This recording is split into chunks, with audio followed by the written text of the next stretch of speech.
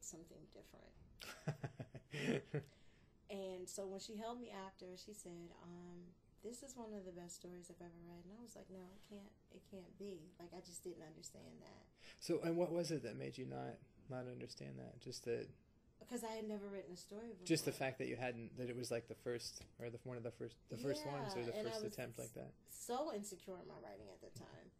I mean, even now, I only have like 4 poems published. I've only submitted for publication maybe 6 to 8 times. Like, I'm still very intimidated.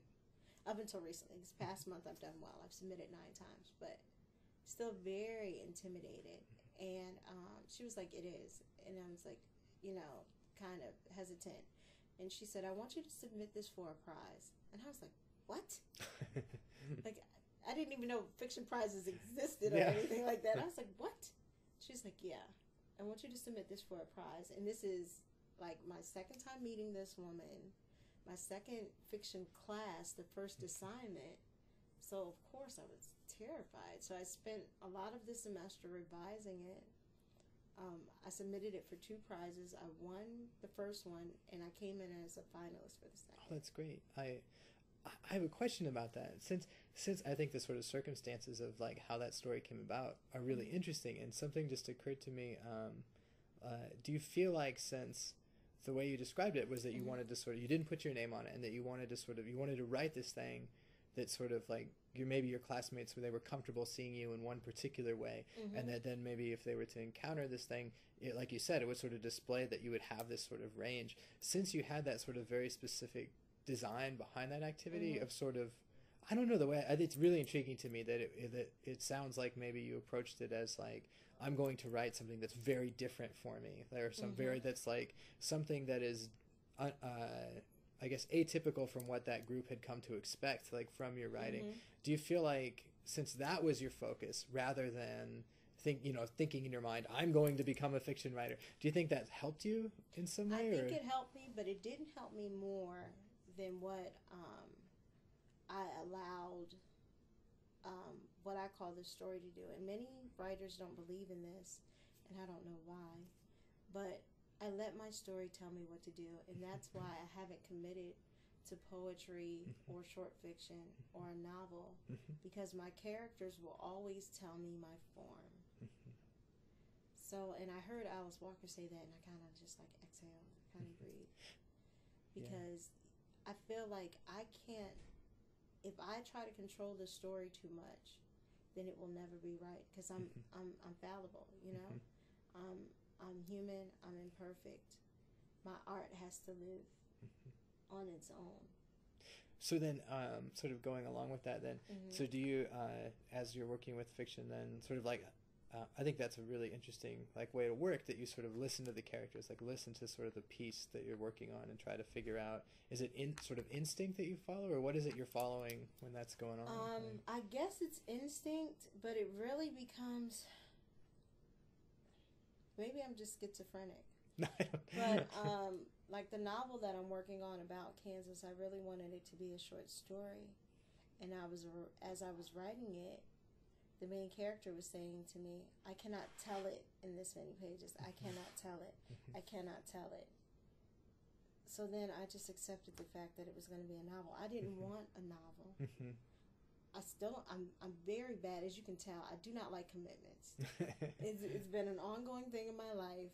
I do not like commitments, particularly when I'm passionate about things. I'm always intimidated by them. So a novel is a commitment.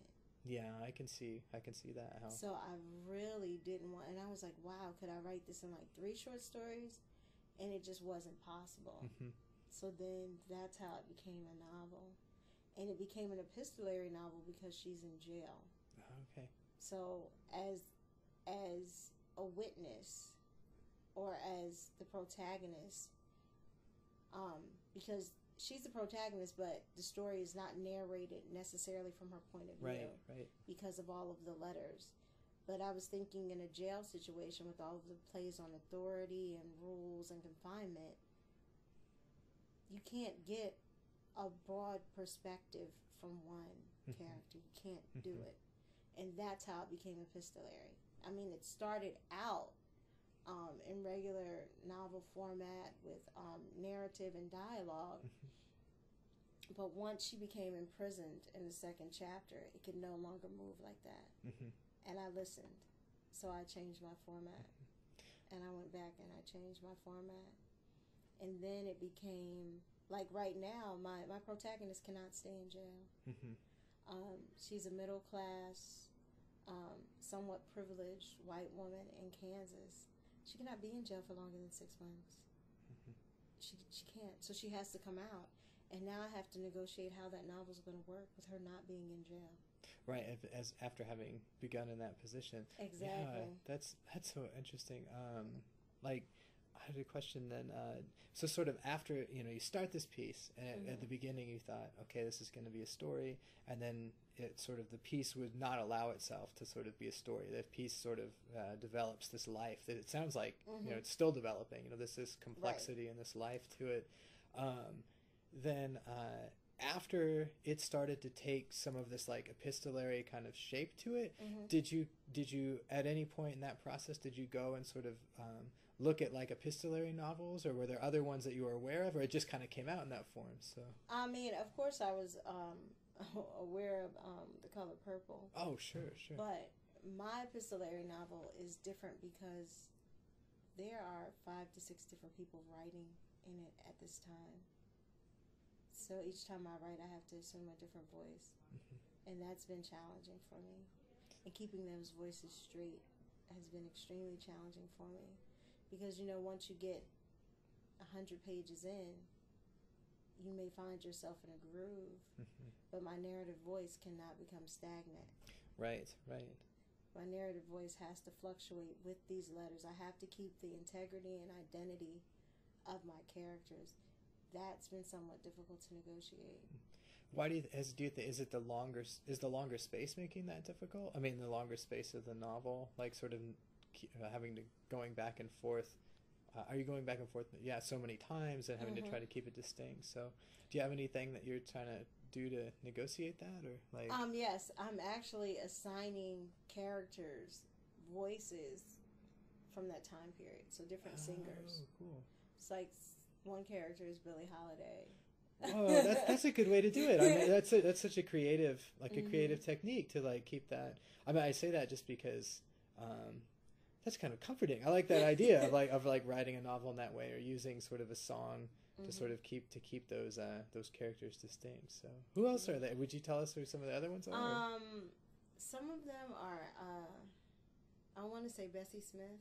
Oh wow, yeah. So, I don't know all of them. I would have to go back to my little playlist. But they're different singers of that time, because I'm also playing with jazz at that time.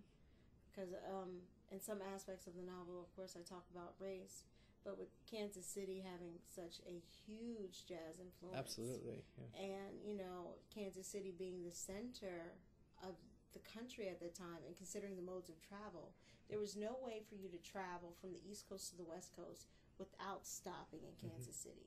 No way for you to go north to south without stopping in Kansas City.